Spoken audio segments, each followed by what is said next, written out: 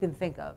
But I am open, and that's why I appreciate New Yorkers, and I believe most New Yorkers, or people really, not just New York's, East Coast, let's put it this way, more, whether you're from, I don't care if you came from Portugal and live here now, or live in the tri-state area, or work, or your family comes here now. You have to be in New York or the East Coast for no more than 3 days. You become very intuitive because you're watching your back every minute. You know, not because we're bad people. Not because we're bad people, because there's so many people, and you have to be careful of crossing the street, watching a bus. You have to. Your instincts have to be awakened. And you know what? You know, the teachers. We have great teachers in New York, and and we have really overcrowded. It's phenomenally overcrowded. Maryland, Washington, everything's overcrowded, especially urban areas, right? But let me tell you about us urban kids. I was one of those urban kids with lots of kids in their class.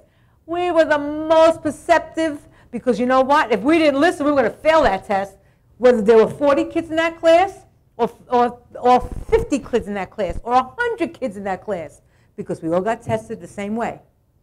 And let me tell you something. We walked home with less than a 90 average. You walked home with your knees shaking because you didn't want, not because you got hit, because you don't want to disappoint your family, especially when they're paying for a private Catholic school. But even when I went to public school, in high school, there were lots of kids. There were, I think, 2,000 kids in the high school. And let me tell you something. And nobody all came from one place. We were from all over the place. Every race, creed, color, religion you can think of. But because we had such a big classroom and so diversified, we learned to read each other's energy. It wasn't just saying, well, Italians think this is the way we think. I can read Italians. Anybody can read Italian. You want a cannoli, right? But, or on Saturday and Wednesday you make whatever, ravioli. And on Sunday, that's, when you live in a diversified universe, it's easier to read energy because you're not zoned in on one thing. You're not zoned in. You don't assume anything. And that's why you'll see many of the psychics that the most renowned, come from freaking New York and Long Island. Think about it. John Edward comes from Long Island.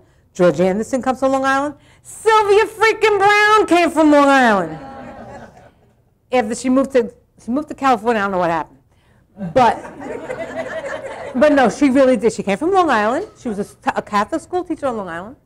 But there are a lot of accredited, and the ones that were tested, the only ones that I know of, are from Long Island, are George Anderson, John Edward, and myself, are the three that extensively were tested. There are other ones that were tested, but not as extensively.